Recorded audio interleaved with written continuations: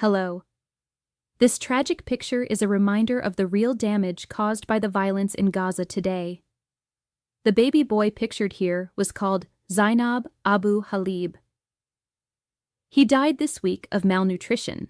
He died as the world debated the politics surrounding the provision of aid to Palestine. In this short video, we present two of our contributors discussing the politics of the recognition of Palestine following the recent announcement by UK Prime Minister Keir Starmer. Hey Sam, good to see you. Been thinking a lot about Starmer's announcement on Palestine recognition. Feels like a significant shift, doesn't it? Hi, Alex. Yeah, definitely significant. Honestly, I'm still processing it. My immediate reaction was concern. Did you see what Emily Damari, the British-Israeli hostage, said, calling it a moral failure and saying he's not on the right side of history? That hits hard. It absolutely does. Her experience is unimaginable, and Starmer himself said he listens particularly to hostages. He stressed the horror she endured and the absolute necessity of getting all hostages released. That's non-negotiable. But he also linked it directly to the other side of the coin, the human catastrophe in Gaza. Babies starving, aid blocked. It's untenable. I understand Starmer trying to use recognition as leverage, Alex, but something about the way he framed listening to victims bothers me. He said he particularly listens to the hostages, like Emily Damari, and her experience was horrific, absolutely. But what about the Palestinian victims? That's a really important point, Sam. He did focus intensely on her perspective. Exactly. He met her, spoke to her mother, but where are the equivalent voices from Gaza? We're talking about over 35,000 Palestinian deaths, mostly civilians, including thousands of children, hundreds of thousands displaced, facing famine. How many of them has the Prime Minister met? How many of their voices are given that same particular weight in this decision? It feels like an imbalance. You're right. It is an imbalance. The scale of suffering in Gaza is orders of magnitude larger. Starmer did mention the human catastrophe and starving children, but he didn't foreground Palestinian individuals or families with the same prominence as he did Damari. That's a valid criticism. It feels symbolic of a wider issue. Why does the anguish of 1,200 hostages, while utterly valid and requiring resolution, seemingly carry more political weight in framing this policy than the anguish of hundreds of thousands of Palestinians? It inadvertently suggests one group's suffering is more listened to than the others. That undermines the claim of even-handedness needed for a lasting peace. I agree the emphasis appears lopsided. Practically, leaders often hear most clearly from victims with direct access, like British Israelis with connections to UK politicians. Palestinian civilians in Gaza are isolated, their voices harder to amplify directly to Western leaders. But that's an explanation, not an excuse. Starmer should actively seek out and elevate Palestinian testimonies with the same urgency. The suffering in Gaza isn't abstract. It's families wiped out, children orphaned, lives destroyed. Their voices are essential to understanding the full reality. So how does recognition address that? If the legal concerns about statehood criteria, borders, unified government remain, and the process seems to elevate one set of victims over another, does it genuinely advance peace? Or could it feel like a political gesture that ignores the lived reality and voices of the most numerous victims? It's a huge risk, Sam. But here's how I see Starmer's gamble. Recognition aims to address the root cause of all this suffering, the lack of Palestinian self-determination and political hope. It's an attempt to shift the paradigm by setting conditions tied to Israel's actions, aid, settlements, ceasefire. He's trying to force steps that would directly alleviate the suffering you rightly highlight. The hope is that recognizing Palestinian statehood now, even imperfectly, creates a new foundation for negotiation where Palestinians aren't just victims, but political actors with recognized rights. I see the intent, but for that foundation to be stable, it has to be built on acknowledging the suffering equally. Ignoring or downplaying the scale of Palestinian loss, while foregrounding specific Israeli victims, fuels resentment. It makes recognition seem less like justice and more like political expediency. The Lord's legal letter and Damari's criticism get headlines. The daily cries from Gaza often don't. You're absolutely correct. Lasting peace requires acknowledging all victims fully and equally. Recognition alone won't heal wounds.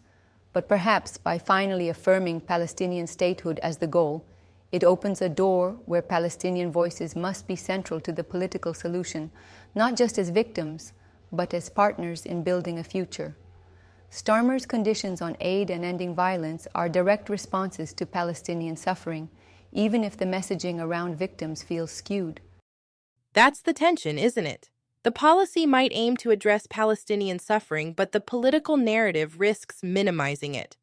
For this to work, for recognition to be a true step towards peace, the UK government needs to actively, visibly, and consistently amplify Palestinian voices and experiences with the same gravity as they do Israeli hostages. Our humanity must expand to hold all this pain. Recognition can't just be a diplomatic lever. It has to be accompanied by genuine, visible empathy and justice for the overwhelming majority of victims in this conflict. Well said, Sam. I couldn't agree more. The path forward demands that recognition be matched by an unwavering commitment to alleviate all suffering now and a relentless effort to center the voices of all civilians caught in this nightmare, especially those whose cries have been historically and currently less heard on the global stage.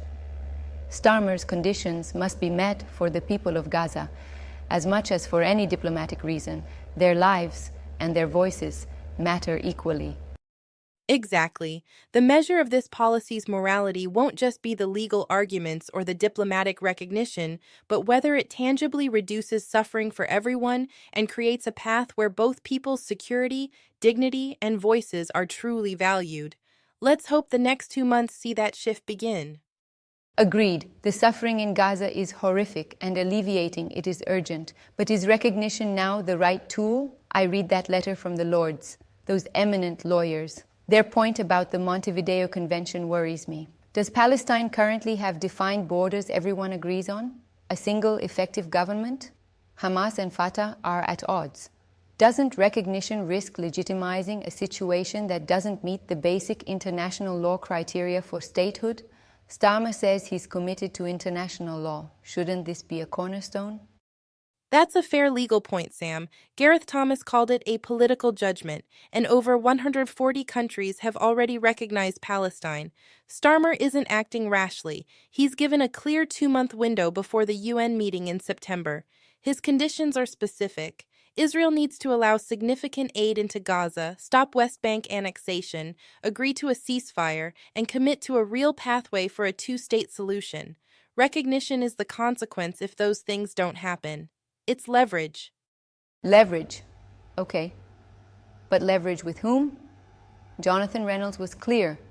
The UK doesn't negotiate with Hamas, full stop. They're terrorists with no future role. So recognition is aimed at pressuring Israel and perhaps bolstering the Palestinian Authority? But if the PA doesn't effectively control Gaza or have a unified structure with agreed borders, does recognition actually advance the two-state solution practically? Or could it inadvertently harden positions or be seen as rewarding violence? I see it as trying to unstick a frozen process. For decades, the statehood question has been a final status issue used to stall. Recognizing Palestine now, even if its final borders are negotiated later, affirms the principle. It gives Palestinians agency and hope within a framework aimed at peace. Starmer's conditions explicitly tie recognition to Israel's security needs, ending violence, no Hamas role. It forces a decision. Move towards a negotiated two-state solution with defined borders and security guarantees, or face a new diplomatic reality. The status quo is catastrophic and unsustainable for everyone. I hear that, Alex. The status quo is a disaster, and the sheer scale of suffering demands action. Maybe the legal purity argument, while important, can't ignore the political reality and the desperate need to change the dynamic. Starmer's trying to use this as a catalyst. But I keep coming back to Damari's anguish and the Lord's warning. Premature recognition without meeting the criteria could undermine the very international law framework we rely on for stability and justice elsewhere. It feels like a huge gamble. It is a gamble, but perhaps it's the gamble needed to break the cycle. Starmer's setting a high bar for Israel to avoid recognition, significant concessions on aid, settlements, and ceasefire. If they meet it, fantastic. Progress is made towards talks. If not, recognition becomes a tool to rebalance the diplomacy and affirm Palestinian rights, pushing both sides towards the table. The ultimate goal is the same as yours, Sam: a secure Israel and a viable, peaceful Palestine side by side. This is a high-stakes attempt to force movement towards that. You're right, the goal is identical: lasting peace and security for both peoples. I just worry about unintended consequences and the legal precedent, but seeing it as leverage tied to concrete Israeli actions, that makes it feel less like a blind leap. Maybe this pressure, combined with the clear rejection of Hamas, could be the jolt needed. The human cost of inaction is just too high to ignore, even with the legal complexities. Exactly. It's messy, complex, and fraught with pain on all sides. Damari's experience proves that viscerally and the pain on all sides needs to be addressed, as well as the cause of the pain on all sides. Israel's involvement in various acts prior to the Hamas attack need to be factored into that consideration, but the alternative is more starvation, more violence, more hostages, more despair. Starmer's offer gives Israel a clear path to avoid recognition through positive steps towards peace. Let's hope that path is taken. If not, well, the world can't just watch Gaza die.